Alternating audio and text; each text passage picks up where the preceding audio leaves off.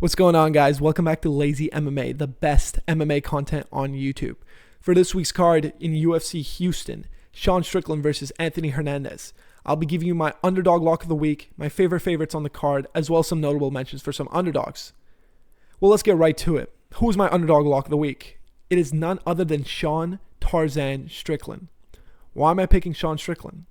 Well, Sean Strickland has no issues in cardio. Anthony Hernandez likes to utilize his cardio to break down his opponents, doing damage to them, gassing them out, systematically destroying them, and finding himself a finish in the later rounds, often rounds 2 and 3 and 3-rounders, or 4 and 5 and 5-rounders. However, Sean Strickland is one of the most battle-tested guys in the UFC. I would say he's gone through more 5-rounders than anybody else in the middleweight division other than Israel Adesanya. Sean Strickland has faced adversity, he's faced different levels of opponents, he's faced different levels of comp, different styles, and time again, we've seen him either succeed or fail. But in this case, the Sean Strickland of today, a guy who's taken his career seriously, a guy who's made drastic improvements to his style, I think he's going to be taking on Anthony Hernandez. You see, prior to this fight being announced, Sean Strickland was on suspension. And while he was on suspension, it was pretty evident that his next matchup was going to be one of the following three. Either Anthony Hernandez, RDR, or Caio Borralho. All three of them share one thing in common. They are grappling heavy-based strikers that like to break down their opponents, get the fight to the ground, and finish the fight.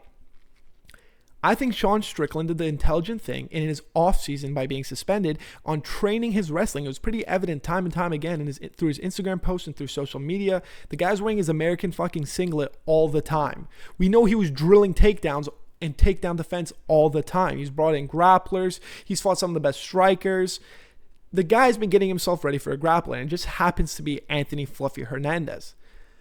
You see, Anthony Hernandez does a really good job of utilizing his pressure, his gas tank, his cardio, and his grappling capabilities to break his opponents down, dragging them into the deep rounds, finding himself a finish. But I don't think that's going to happen in this fight. See, Anthony Hernandez, time and time again, has shown a very, very big weakness in his capability to take a body shot. He's very, very susceptible to getting hit in the body.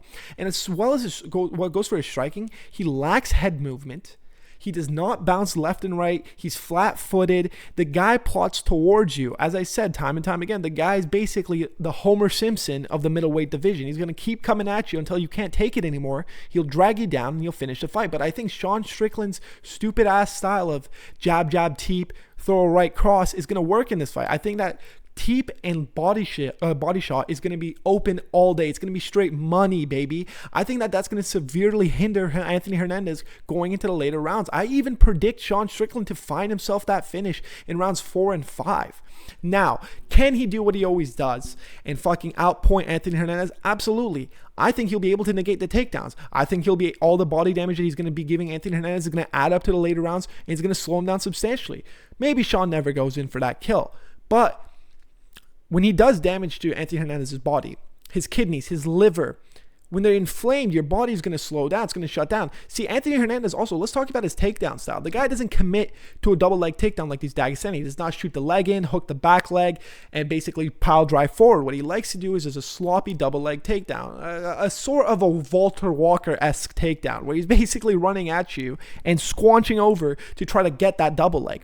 But when he keeps getting teeped to the body, and those teeps are going to add up, we know they're going to add up, it's going to make him more deterred from attempting these takedowns because of the pain and the commitment it's going to take. Each one of those takedown attempts will take a little bit off his battery. And every single time he does it, he'll get slower, he'll get worse, and he'll get more susceptible to getting countered. And I think eventually Sean is going to be able to find that knee up the middle or even a right hook. But he might just find a fucking body shot KO finish. This guy, Anthony Hernandez, cannot take a body shot, you guys. And his movement style is going to basically make it money to just shoot body shots and nothing else. If you break the guy's body down, he'll start lowering his hands and making himself susceptible to then getting hit up top. I think that he's outmatched here. I think the level of the competition he's faced is all right. It's pretty good. I'm not going to sit here and say no, but all of them have notorious cardio problems. Roman Kopylov, Mikel Pereira. Mikel Pereira is unpredictable, though. Like, I'll get back to him later, but he's fucking unpredictable. The guy, his biggest weapon in this game is not going to be able to be utilized against Sean Strickland. That's the inevitable point I'm trying to get across. He's not going to be able to implement this game. And how is Fluffy going to respond to the adversity he faces in an opponent like Sean Strickland? We don't know, because the guy's not battle tested yet. And Sean Strickland, on the other hand, is battle tested. We know he's got the cardio. We know he's got good grappling credentials, but he doesn't use them. We know his striking is pretty good, guys. He's one of the most, would you believe it if I said he's one of the most accurate strikers in the entirety of the UFC? On par with a guy like Max Holloway. Anyways, Sean Strickland is going to find himself a finish in rounds 4 and 5. Mark my words. Book it. Now, moving on to my most confident favorites. Let's start off with Melquez Acosta. Melquez Acosta is minus 210 against my boy Dan 50K Ige. Why am I picking Melquez Acosta in this fight? It's just his time. The guy's riding himself a streak. Ever since he got knocked out by my boy Steve Garcia, he's been riding a streak, and he's been looking better and better. He's coming off that fantastic head kick KO over Morgan Charrier, who's a really good opponent, who's coming off that war against Nate Landwehr. Granted, it's Nate Landwehr, but still, Morgan Charrier was a decent prospect. Time and time again, even though Melquez Acosta has shown that he's got great striking, what is he at heart? He's a grappler at heart. The guy's got some of the greatest transitions that I've seen. He's some of the greatest ground game jiu-jitsu I've ever seen. Okay, I'm getting ahead of myself. Not ever seen, but I'm saying for like an unranked guy, this guy's looking sharp. This guy's been looking better and better. He's been more worried. He's been defensively sound. Dan Ige, on the other hand, the guy's been a veteran of the game forever. Okay, like no one's going to doubt the credentials of Dan Ige. No one's going to doubt the opposition Dan Ige has fought. Do you remember when he was on an hour short notice against Diego Lopez and was able to give Diego Lopez a fucking scrap? But then do you also remember his most recent loss against Patricio Pitbull? I don't know what it is, but him and Sean Strickland, even though I picked Sean Strickland to be my underdog lock of the week, these guys from Extreme Couture, for some reason, their fight styles over time diminish and become low output. A guy who's known for his output, his ability to land that overhand right, he becomes a little bit more worried. He becomes flat-footed. He then tries to do grappling exchanges across the fence when he did against Patricio Pitbull, which led to him being taken out because Patricio Pitbull is a more superior grappler. The guy's game plan was all out of whack, but then he comes out of nowhere and gives us a fight like he did against Josh Emmett, which was a fucking scrap. You know what I mean? But it kind of feels like a passing of the torch here. Even though Melquez Acosta and Dan Ige are similar in age, Melquez Acosta is younger in fight years. Dan Ige's been through it all. He's looked like he's slowed down this fight. And even though the fight against Sean Woodson, I think it was a little bit of an early stoppage. Irrelevant to that, he was down too. Even though the judges, I'm pretty sure, gave him both rounds, I think he was down too. I think he was getting pieced up for the first 2 rounds. The guy's just low output. I think that Melquez, if he doesn't get knocked out, which is Dan Ige's only path to victory, will be able to outpoint him and secure himself a unanimous decision victory. But a little birdie told me that Melquez Acosta is going to fucking lock up a sub here. I think that Dan Ige's counter wrestling is not that great. I think that Patricio Pitbull's a much slower opponent than a guy like Melquez Acosta, regardless of his resume. I think that Melquez Acosta just landing himself that head kick KO is going to also show, hey, I got grappling too. I'm ready for the big boy leagues. I'm done taking these fucking fights 3 times a year. Give me 2 fights a year of the fucking top 15. I think he's here as a passing of the torch. I think that Dan Ige can piece up a lot of these guys still in this division. But Melquez Acosta is a very complete fighter. He's a great mixed martial artist. And I think he's just going to be a little bit too much for Ige. Ige might be able to steal around, make it a competitive decision, but I think that Melquez Acosta has a lot more ways to win this fight. Moving on, we have Mikel Pereira at minus 180. Why in God's green earth am I picking Mikel Pereira in the big 2026? I'll tell you why. If you told me Mikel Pereira is fighting fucking Zach Reese 2 years ago, I would have told you, psh, Zach Reese, he's going to get fucking murdered in the first round by Mikel Pereira. But recency bias has played a part into people's brains. Like, he looked terrible. I mean, to be fair, he got beat by Anthony Hernandez in rounds 4 or 5. I think it was round 5. He got KO'd by Anthony Hernandez in round 5. But fair enough, that's Anthony Hernandez. The guy's fighting number 3 ranked Sean Strickland for this weekend. He lost to Kyle Dawkins. The loss to Kyle Dawkins was a rough loss, man. It was a really rough loss because that was supposed to be his bounce back fight. That was his most recent loss. It was supposed to be his bounce back fight, but man, he just fell short. And he also had that decision loss against Abus Magomedov where he just looked gassed out by the second, just crawling back to his fucking stool. and just not doing enough and just coasting to a decision and losing a 29-28 UD. But then there's times like against a fight like Ior Poteria, where the guy comes out like a bat out of hell, doing the craziest capoeira styles you've seen in your entire life, running around the cage, moving his head like this, doing backflips onto his opponents. And I think that he can do this, man. Zach Reese has this like string bean pole striking style where he keeps his head and his chin in the air, but he likes to utilize that jab. But because of his lack of head movement and changing of the angles, I think that Pereira, if he actually does what he does best, which is being a very unorthodox explosive striker, he can easily find that chin. If he finds that chin and commits to a shot, he can chin him and knock him out cold in the first round. But the question is how and what version of Mikel Pereira are we getting in this fight, which is a fucking terrible question if you ask me. But I think we're going to get a good one, man. I think that he knows his job's on the line. He's on an 0-3 skid. He's been training with Sean Strickland.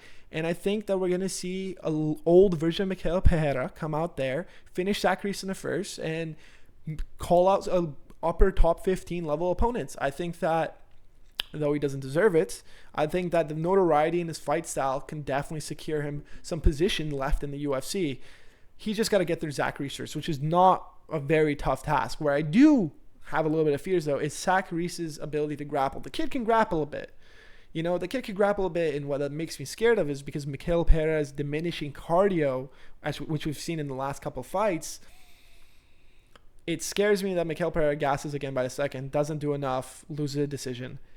But he should be able to get this one done in the first round.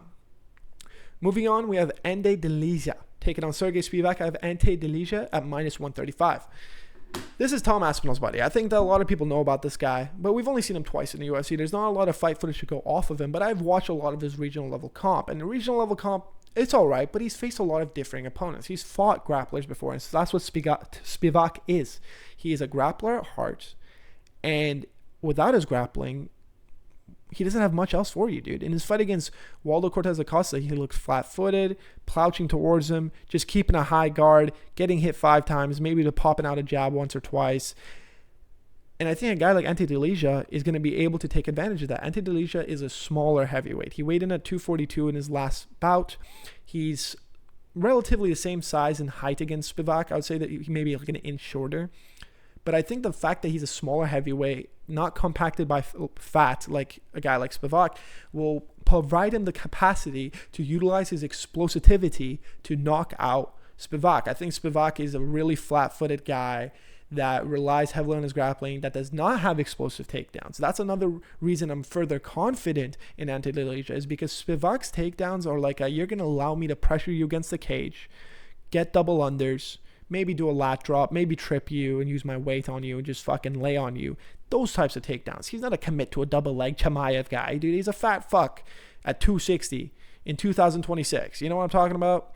And I think that if Ante Delija is able to stay off the fence, he can easily secure himself a victory here.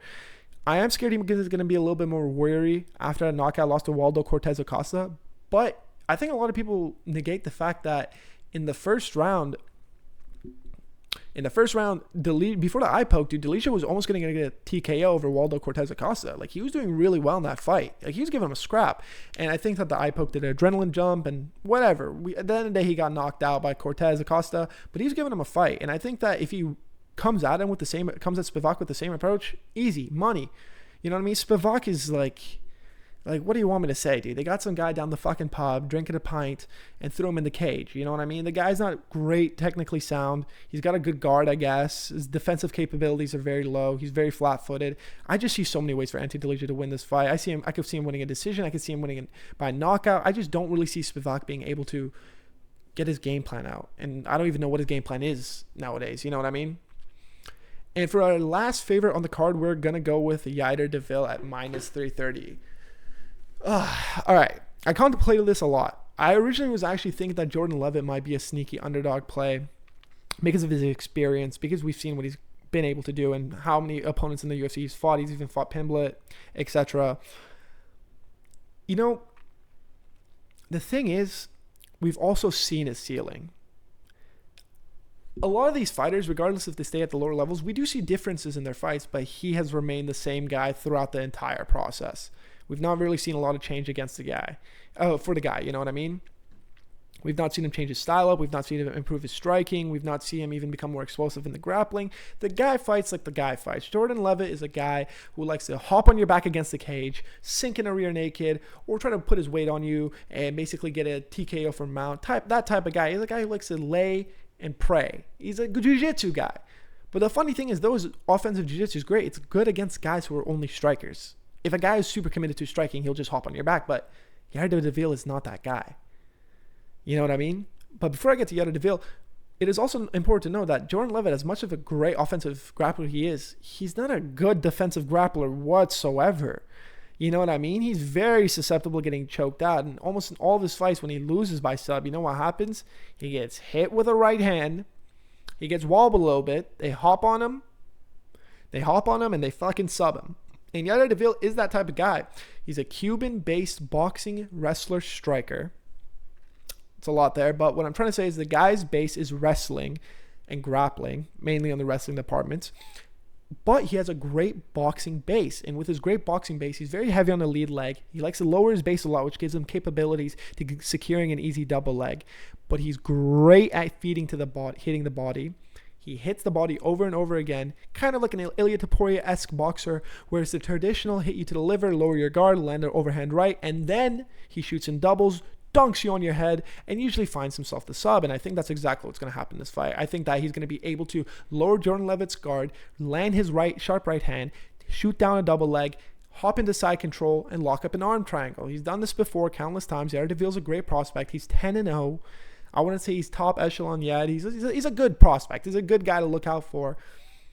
But he's not going to lose his O to a guy like Jordan Levitt. You know what I mean? He's not going to lose a fucking O to Jordan Levitt. You know what I mean? Since the beginning of this week, the guy ballooned up from minus 225, which I thought the guy was a lock, to now a minus 400. What can you do? I do think he's going to win this fight, though. Now, here's some notable underdogs for this week. I'm going to start off with Phil Rowe against Libin Sonyi. Phil Rowe at plus 180 as well. Phil Rowe has been in the UFC for a good amount of fights. The guy's fought, I think, like 6 times now? Maybe a little bit more than that. But he's fought great guys, and he's coming off that loss against Suk Young Ho. But Suk Young Ho is a really good prospect to look out for. He's got great offensive grappling. He's got dirty boxing. The guy's good, man. And he had a good decision, like a competitive fight against him, and ultimately he lost. But Phil Rowe's a good guy. You know, I talked a lot of shit in my main video, if I'm being honest with you. But the guy is pretty good, man. He's fought UFC level comp before. He's fought a guy you can't diss the guy. On a guy like Libin Sonyi, though, here's my cons against him. The guy has been training MMA his entire life. The guy has great striking. The guy has great grappling. But who has he fought? I looked at his regional scene, because here's all I know about the guy prior to me taking a look at his regional scene. It was literally his Contender Series knockout over a fucking trash can. Like a terrible guy. Like a guy anybody in the UFC would finish in the first fucking round, right? So I started to look at his regional scene, and I don't think he's fought the best of comp. He's coming off a good win in his regional scene prior to it, but otherwise he's fought guys that are like 5-2, maybe like 6-4. And I watched the actual fights, and a lot of those guys just lack the grappling deficiencies to be able to compete with him. But Phil Rowe is not that guy. Phil Rowe is going to be actually able to utilize his grappling against him, in my personal opinion. Maybe wear him down, because Libin Sonyi, what are you going to do if this fight gets past the first round? What are you going to do if this guy starts mixing the martial arts on you? This is a guy who's also on short notice, too. You don't really know too much about Phil Rowe. How confident are you that you're going to be able to dismantle this UFC veteran? Because I'm not that confident that you're going to be able to do that. I think that Phil Rowe's going to be able to use his fucking veteran savvy ways and win himself this fight. I think it's going to be a gritty split decision, but I think he can win himself this fight. Keyword, notable underdog mention. For the second one, it's a guy I originally was heavily picking against, but now I've ultimately decided he's a great underdog. It's Uros Medic. You see, Uros Medic is an explosive, bouncy, fast first round style striker that lands bombs, and he tries to find chins, but he is wild and reckless. Jeff Neal, on the other hand, he's like a not Philly style, but high guard boxer. He likes to plant forward, maybe uses grappling a little bit to wear you down, to throw you off, but ultimately he likes to catch you on a counter and knock out his opponents.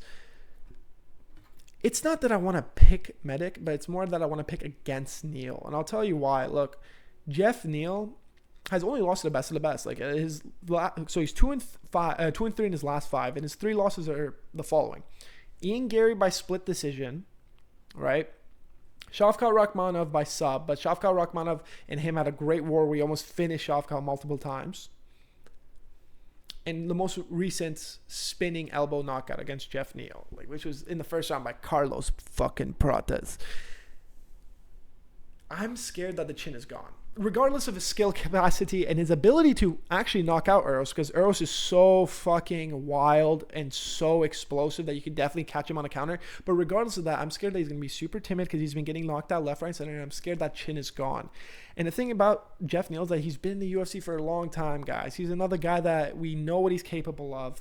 We know what his fighting style is like. We know what this guy comes out and does. And yes, it's a good style against a guy like Eros Medic. But at this point in Jeff Neal's career, can you confidently say that he's going to be able to land that knockout shot on Eros Medic? I can't.